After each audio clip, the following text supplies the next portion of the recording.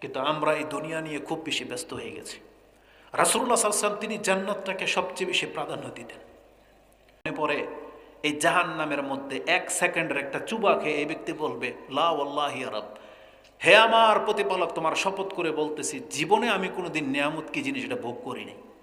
অথচ এই ব্যক্তি সারা জীবন নিয়ামতের মাঝে ছিল।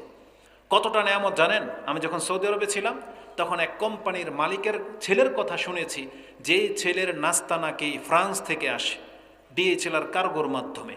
সকালবেলার নাস্তা ফ্রান্স থেকে আসে এয়ার কার্গোতে, তারপরে ও নাস্তা করে। এতটা জীবনযাপন যার আছে। রাসূল বলেছেন, তোমরা উত্তম পন্থায় আল্লাহর কাছে রিজিক তালাশ করো। পৃথিবীর মানুষ তোমরা জেনে রাখো, তোমার মৃত্যুর পূর্ব মুহূর্ত পর্যন্ত যেই এক ঢুক পানি যদি বাকি থাকে, ওটা তোমার নসিবে না দেওয়া পর্যন্ত তোমার কাছে মালাকুল মউত আসবে না। এই জন্য আমাদের একটু আগে আমাদের এক দিনী ভাইয়ের সাথে কথা হচ্ছিল, এক যুবক ভাইয়ের সাথে। ওরা নাকি বিদেশ যাবে, কোরিয়া যাবে না কোথায় যাবে। কেন? কারণ রিজিকের জন্য, রিজিকের জন্য। তা আমি বলবো মুসলিম ভাইদেরকে, দেখেন, রিজিক আল্লাহর পক্ষ থেকে নির্ধারিত। আপনি কোটিপতি লেখা থাকলে আপনি দক্ষিণ কোরিয়া গেলেও কোটিপতি হবেন, আমেরিকা গেলেও হবেন, সৌদি আরবে গেলেও হবেন, বাংলার জমিনে থাকলেও হবেন। আপনার এই আকীদা ঈমান থাকতে হবে। কিন্তু উত্তম কোনটা? আপনি যেভাবেই কোটিপতি হন না কেন, কিন্তু আপনাকে ওয়াদা করতে হবে আমি এটা হালালভাবে হব, আমি হারামভাবে হব না। হালালভাবেও যদি মানুষ তার রিজিক প্রাপ্ত হয়, তার একটা এক্সাম্পল দিয়ে দিই। আলী রাদিয়াল্লাহু তাআলা আনহু তিনি তার খেলাফতকালে কোনো এক সফরে ছিলেন। পথিমধ্যে এক মরুভূমির পাশ দিয়ে যখন তিনি যাচ্ছেন, তখন তিনি দেখতে পেলেন একটা লোক দাঁড়িয়ে আছে। তাকে ডাকা হলো, তাকে বলা হচ্ছে তুমি আমার লাগামটা ধরো, আমি একটু অজু করে আসি। তিনি অজু করতে চলে গেলেন। এসে দেখে ওই লোক কোনায় উটো নাই। যাওয়ার সময় তিনি চিন্তা করেছিলেন যে আমি ওকে একটা দিনার দেব, অজু করে গিয়ে ওকে একটা দিনার দেব। গিয়ে দেখে লোক কোনায় উটো নাই। তারপরে দূরে তাকিয়ে দেখে যে একটা উট দেখা যাচ্ছে কিন্তু কোনো লোক নাই। তিনি দৌড়িয়ে কাছে গিয়ে দেখেন এটা তার নিজেরই উট, কিন্তু উটের লাগাম নাই। লাগাম অথবা হাওদা যেটা টানে, এটা নাই। তখন তিনি বুঝতে পেরেছিলেন এই লোকটা তো নিয়ে পালিয়েছে। তখন তিনি সেই উটটাকে ধরে বাজারে এসেছে। এসে দেখে এক দোকানে তার ওই লাগামটা ঝুলতেছে। তখন বলতেছে যে এটা এখানে কেন? বলতেছে এই মাত্র এক লোক এটা 1 দিনারে বিক্রি করে রেখে গেছে। তখন আলী রাদিয়াল্লাহু তাআলা তিনি বলেছিলেন এই কথাটা, যে যে জিনিসটা ও হালালভাবে পেত ওইটা হারামভাবে নিল। কারণ আমি আসলে তোকে 1 দিনার দেবো এটা চিন্তা করিয়ে রেখেছিলাম, শুধুমাত্র যদি ধৈর্য ধারণ করতো তাহলে ও এটা হালালভাবে পেয়ে যেত, কিন্তু এটাকে চটজলদি করলো, ও এটাকে হারামভাবে নিয়ে নিল।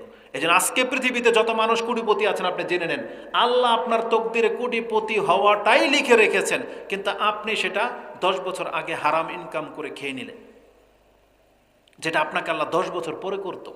কারণ রাসূল সাল্লাল্লাহু আলাইহি ওয়াসাল্লাম হাদিসের মধ্যে এটা বলেছেন, যদি ও আবতাআহা আনহা, যদিও তুমি তার থেকে একটু দূরেই আছো, আপনার 5 তলা একটা বিল্ডিং হবে, কিন্তু কোন সনে হবে এটা আল্লাহ জানে, হতে পারে 10 বছর পর। কিন্তু আজকে আপনি দুর্নীতি করে এই বছরই বানিয়ে ফেলতে চাচ্ছেন, হয়ে যাবে, কিন্তু আল্লাহ এটা আপনাকে হালালভাবেই দিতেন 10 বছর পর, কিন্তু আপনি অপেক্ষা করেন নাই, আপনি হারামখোর হয়ে চিহ্নিত হয়ে গেলেন। আমি আমাদের ব্যক্তিগত জীবনের একটা কথা আপনাকে বলি, যারা ছোটবেলায় দেখেছেন না, আজ থেকে 20 বছর আগে ওই যে 10 টাকার লটারি, 10 টাকায় 40 লাখ দেখেছেন এরকম? কত না কিনেছেন, আয় হায়, 40 লাখ টাকা যদি লেগে যায়, 40 লাখ, এটা তখনকার যুগে 10 টাকায় 40 লাখ মানে বিশাল কিছু। আমরা সেই দরিদ্র ঘরের সন্তান, স্বপ্ন দেখতাম 40 লাখ, কিন্তু জানেন মাত্র 20 বছরের ব্যবধান আল্লাহ কিন্তু আমাদেরকে 40 লাখ টাকার মালিক বানিয়ে দিয়েছে। সময় লেগেছে 20 বছর, কিন্তু হয়ে তো গেছি। কোনো একদিন এমন একটা ব্যাগ হাতে উঠিয়ে এই কথাটা আমার মনে পড়েছিল, যেটা আমরা ইসলামিক স্টাডি করি, এই জন্য আমাদের পজিটিভ চিন্তা আসে। যদি আপনিও ভাবতেন বা আপনি আপনারটা চিন্তা করে দেখেন তো, 10-20 বছর আগে আপনার জীবনটা কেমন ছিল, সেই তুলনায় আজকে আপনার অর্থ সম্পত্তি কত, দেখেন তো কমছে না বাড়ছে? কিন্তু আপনিও যদি ওই নেতাদের মতো, দুর্নীতিবাজদের মতো যদি হালাল বাদ দিয়ে হারামভাবে নিতেন, হয়তো কোটিপতি হতেন, কিন্তু আপনার অস্তিত্ব থাকতো না, আর সর্বোপরি আপনি জাহান্নামী হয়ে যেতেন। কিন্তু যারা হালালের উপরে আছেন, আর এই অবস্থায় যদি আপনি মরে যান, কষ্ট হচ্ছে আপনার, কিন্তু তারপর আপনি হালালের উপরে আছেন। আসুন আপনার মর্যাদা একটা হাদিস বলে দিই। ইমাম মুসলিম রাহিমাহুল্লাহ এটা তিনি তার সিফাতিল জান্নাহ, জান্নাতের পর্বে এনেছেন। রাসূলুল্লাহ সাল্লাল্লাহু আলাইহি ওয়াসাল্লাম বলেছেন, ইউতা আশাদ্দুন নাসি, ইউতা আন আমি আহালিন ইউতা আন আমি আহালিল আরদি মিন আহালিন নার। একজন ব্যক্তিকে হাসরের মাঠে নিয়ে আসা হবে, যে ব্যক্তি ছিল দুনিয়ার সবচেয়ে নিয়ামত প্রাপ্ত ব্যক্তি, একেবারে যত রকমের ভোগ বিলাস আছে সব তিনি শেষ করে ফেলেছে, এমন একজন ব্যক্তিকে। কিন্তু সেই লোকটা যেহেতু কাফের, বড় পাপী, মানে জাহান্নামী হয়ে মরেছে, আল্লাহ ওকে নিয়ে আসবেন প্রথম। এনে ফায়ুস বাগু ফিন্নারি সাবগাতান, ওকে জাহান্নামে শুধু একটা চুবা দিয়ে আবার তুলে নিয়ে আসবে, ফেলা হবে না, খালি ধরে নিয়ে একটা চুবা দিয়ে ফেলে উঠে নিয়ে আসবে। এই দৃশ্য দেখেছেন আমরা কিসের সাথে করি? যখন কারেন্ট চলে যেত, ঘরে কুপি বা মোমবাতি জ্বলতো, আপনি আঙ্গুলের করেছেন আগুনের মধ্যে? আমরা কিন্তু করেছি, করে না? মোমবাতির মধ্যে আগুনটা দিয়ে দেখেন না যে জ্বলে কিনা, আগুনে লাগছে হাতে, লাগে না। একদিন আমি 10 টাকা পুড়ে ফেলছিলাম, বুঝছেন, মানে ভিজে গেছে, 10 টাকা উপর দিয়ে ধরতে দিয়ে ছিদ্র হয়ে আগুন লেগে গেছে। তখন একটু কষ্ট হয়েছে, তবে মানে মনে আছে সেই কথাটা যে আমরা এরকম দুষ্টামি করতাম। তো এই যে আগুনের মধ্যে আঙুলটা নিয়ে শুধু বের করে নিয়ে আসলেন, আপনার আমার একটা পশমও জ্বলে নেই। কিন্তু যখন এই কাজটা করা হবে জাহান্নামের আগুনের সাথে, এই ব্যক্তিকে শুধু জাহান্নামে একটা চুবা দিয়ে বের করে নিয়ে আসা হবে। যেমন আমাদের মা বোনরা মুরগির সাথে করে, মুরগির মধ্যে এক ধরনের পোকা হয় না ছোট ছোট, আমরা তো হুলহুলি বলি, আপনারা কি বলেন? হ্যাঁ, মুরগির উকুন, ওই যে ছোট ছোট একেবারে হয়, শরীরের শুধু বায়, বিরক্ত লাগে।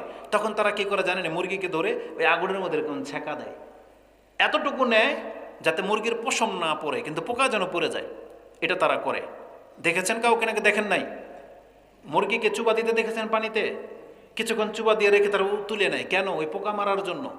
আল্লাহ সুবহানাহু ওয়া তাআলা শুধু জাহান্নামের মধ্যে এই পাপীকে শুধু একটা চুবা দিয়ে বের করে নিয়ে আসবেন। এই এক চুবা খেয়ে আল্লাহকে জিজ্ঞেস করবেন, ইবনা আদম হাল মাররা বিকা নাঈমুন কাত্তু হাল রাআইতা খায়রুন কাত্তু। বলতো তোর জীবনের ইতিহাস, তোর জীবনে কোনো নেয়ামত বা কোনো সুখ স্বাচ্ছন্দ্যের কথা মনে পড়ে? এই জাহান্নামের মধ্যে 1 সেকেন্ডের একটা চুবা খেয়ে এই ব্যক্তি বলবে, লা ওয়াল্লাহি ইয়া রাব, হে আমার প্রতিপালক, তোমার শপথ করে বলতেছি জীবনে আমি কোনোদিন নেয়ামত কি জিনিস এটা ভোগ করিনি। অথচ এই ব্যক্তি সারা জীবন নেয়ামতের মাঝে ছিল। কতটা নেয়ামত জানেন? আমি যখন সৌদি আরবে ছিলাম তখন এক কোম্পানির মালিকের ছেলের কথা শুনেছি, যে ছেলের নাস্তা নাকি ফ্রান্স থেকে আসে, ডিএচএলআর কার্গোর মাধ্যমে। সকালবেলার নাস্তা ফ্রান্স থেকে আসে এয়ার কার্গোতে, তারপরে ও নাস্তা করে। এতটা জীবনযাপন যার। আর এক একটা কাফের রাষ্ট্রের নায়কদের কি পরিমাণ তাদের পয়সা, কিভাবে তারা জীবনযাপন করে, এটা তো আপনি বুঝিনি, দেখতেই পাচ্ছেন নেটের মধ্যে অনেক কিছু। যদি কাফের হয়ে মরে যায় এর শাস্তি যে কত মারাত্মক হবে, আল্লাহ একটা নমুনা শুধু পেশ করেছেন যে ওকে যদি আমি জাহান্নামের মধ্যে একটা চুবা দিয়ে ছেড়ে দেই, ওর 100 বছরের নেয়ামতের জীবন ওই একটা চুবায় সব ভুলে যাবে। ওয়ায়ুতা আশাদ্দুন নাসি বুসান ফিদ দুনিয়া মিন আহলিল জান্নাহ। এবার আল্লাহ সুবহানাহু ওয়া তাআলা একজন হত দরিদ্র গরিব ব্যক্তিকে তুলে নিয়ে আসবেন, যে জীবনটা কেটেছে কষ্টে। আমরা দেখেছি এমন কিছু মুসলিম ভাইদেরকে, নেটে তাদের ভিডিও ক্লিপ আসে যে সারাদিন সিয়াম রেখেছে, অথচ ইফতারি করার মতো তার সামনে মুড়ি পর্যন্ত নাই। পৃথিবীর ইতিহাসে বাংলার জমিনে এমনও জায়গা, এমনও ব্যক্তিদের জীবনে ঘটে যেটা হয়তো আমরা যারা ভোগবিলাসিতার মধ্যে আছি তারা আমরা হয়তো খবরও নেই না, কিন্তু আল্লাহর কাছে কিন্তু ঠিকই খবর আছে। কি মনে করেন এই ব্যক্তির সম্পর্কে আল্লাহ কি করবেন তার সাথে? আল্লাহ তো বলেই দিয়েছেন, জয়ুতা আশাদ্দুন নাসি বুসান ফিল হায়াতিদ দুনিয়া মিন আহলিল জান্নাহ। একজন জান্নাতি হত দরিদ্রকে তুলে নিয়ে আসা হবে, এখন তাকে ঠিক ওই রকমই ফায়ুসবাগু সাবগাতান ওয়াহিদা ফিল জান্নাতি সাবগাতান ওয়াহিদা, তাকেও শুধু জান্নাতের ঢুকিয়ে বাতাস লাগিয়ে দিয়ে বের করে নিয়ে আসা হবে। জাস্ট একটু জান্নাতের বাতাসটা তার গায়ে লাগবে। তখন আল্লাহ বলবেন, ইবনা আদম হাল রাআইতা শিদ্দাতান কাত্তু হাল মাররা বিকা বুসান কাত্তু। বলতো দেখি তোর জীবনের কঠিন কোনো মুহূর্তের কথা তোর মনে আছে? তোর জীবনকে কোনোদিন কোনো অভাব ফিল করে? তখন সে ব্যক্তি বলবে, লা ওয়াল্লাহি ইয়া রাব, হে আমার প্রতিপালক, তোমার শপথ করে বলতেছি আমার জীবনের কোনো কষ্ট ছিল না। জান্নাত জায়গাটাই এমন। আল্লাহ বলেছেন যাকে জান্নাতের ঘোষণা করে দেওয়া হবে ফাকাদে ফাজ, সেই ব্যক্তি জিতে যাওয়া ব্যক্তি, সফলকাম ব্যক্তি। কিন্তু আমরা এই দুনিয়া নিয়ে খুব বেশি ব্যস্ত হয়ে গেছি। রাসূলুল্লাহ সাল্লাল্লাহু আলাইহি ওয়াসাল্লাম তিনি জান্নাতটাকে সবচেয়ে বেশি প্রাধান্য দিতেন।